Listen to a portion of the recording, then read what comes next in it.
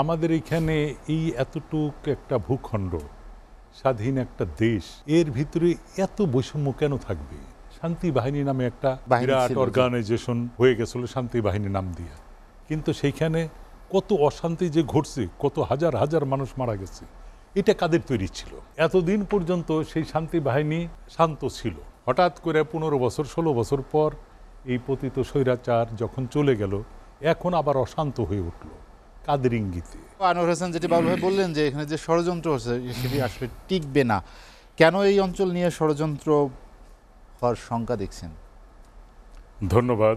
আজকের এসএটিভির এই লেট এডিশনের আয়োজনে আমাদের বাবুল ভাই এবং হেলাল ভাই সহ আলোচক।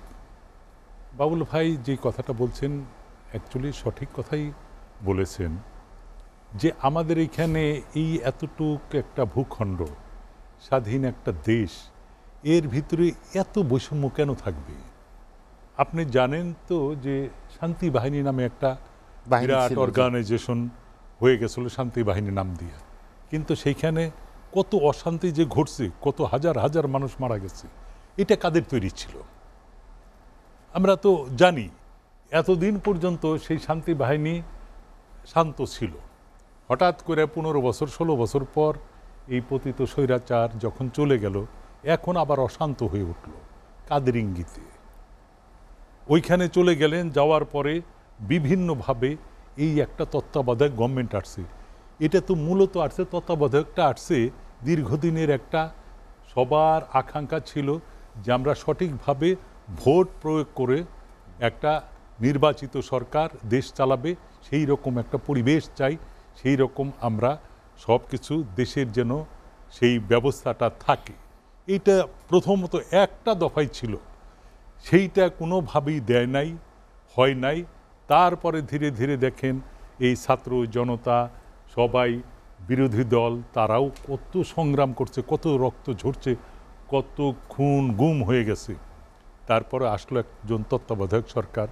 এই সরকারের ব্যাপারে কিন্তু মোটামুটি যারা সুশীল বলেন আর যারা ভালো চিন্তার চেতনার এই দেশ নিয়ে ভাবেন, ব্যবসায়ী হইতে আরম্ভ করে সর্বস্তরের মানুষরা, তারা চাচ্ছেন যে একটু সময় দিতে, আমাদের চমৎকার একটা ডিসিপ্লিন ওয়েতে যাতে ভবিষ্যতের সব কাঠামোটা তৈরি করতে পারি আমরা, সেইভাবে এরপরে যারা গভর্নমেন্ট আসবে তারা যেন চালাতে পারে। কিন্তু এই 1.5 মাস 2 মাস গেল না, তার ভিতরে বিভিন্ন রকমের দাবি। গত 18 বছরের কোনো দাবি নাই, কোনো কথা নাই, যেইখানে গেছে সেইখানে এক আঙ্গুলের নির্দেশে সব শেষ হয়ে গেছে। আর এখন সম্পূর্ণ দাবি যেন এইখানে চলে আসছে।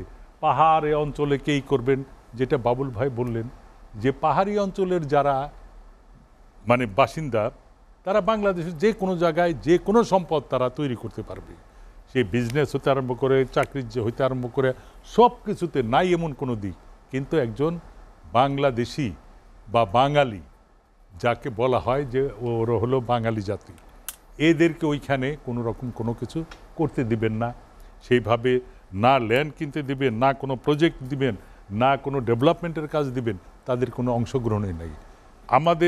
আমি দীর্ঘদিন ওই ট্যুরিজম নিয়েও কাজ করেছি। আমি ট্যুরিজম স্ট্যান্ডিং কমিটির চেয়ারম্যান হিসেবে ছিলাম, আমি ডাইরেক্টর ইনচার্জও ছিলাম, এফবিসিসিআইরও।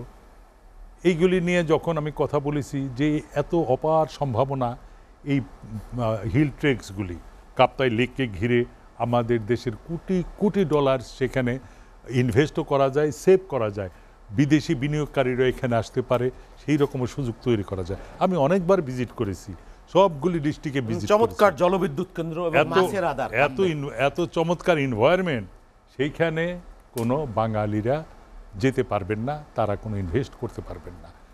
অথচ সেইখানে একেবারেই একটা অস্থির পরিবেশ তৈরি করে রেখেছে। আপনি ওইখানে যান, আপনাকে হয় বিডিআর দিতে হবে, না হলে পুলিশ দিতে হবে, না হলে আর্মি আপনাকে পাহারা দিয়ে সেখানে নিয়ে যাবে, এবং সন্ধ্যা নামার আগেই আপনাকে নিরাপদ আশ্রয় ফিরতে হবে। এটা কি স্বাধীন দেশ হতে পারে নাকি? কারা এগুলি করতেছে? যারা এই দেশকে কোনোভাবেই এগিয়ে যেতে দিতে চাচ্ছে না, যারা এই দেশকে কুক্ষিগত করে রাখতে চাচ্ছে, যারা গত 15-16 বছর এই দেশকে লুটপাট করে খাওয়ার সুযোগ তৈরি করে দিয়েছে, তারা তো এখনও চাইব না এই দেশ স্বাভাবিকভাবে থাকুক। আমরা মনে করি যে এই পাহাড়ি বলেন সব আমাদের ভূখণ্ডের ভিতরে আমরা সবাই, তার ভাষার কিছু বৈচিত্র্য থাকতে পারে, তার ধর্মের ভিন্নতা থাকতে পারে, তার সংস্কৃতি কালচার যেটাকে বলি সেটারও ভিন্নতা থাকতে পারে, কিন্তু আমরা আলটিমেটলি সব এক। বাংলাদেশ আপনি দেখেন যে ইন্ডিয়ার মতো দেশ, এত বড় দেশ, সেইখানে হিন্দি কথা বলে বিভিন্ন জায়গাতে, পশ্চিমবাংলায় তো বাংলাও কথা বলে, উড়িয়াতে উড়িষ্যা ভাষায় কথা বলে, বিভিন্ন জায়গা আছে, কিন্তু তাদের ভিতরে কোনো দ্বন্দ্ব আছে? সবাই তো ইন্ডিয়ান।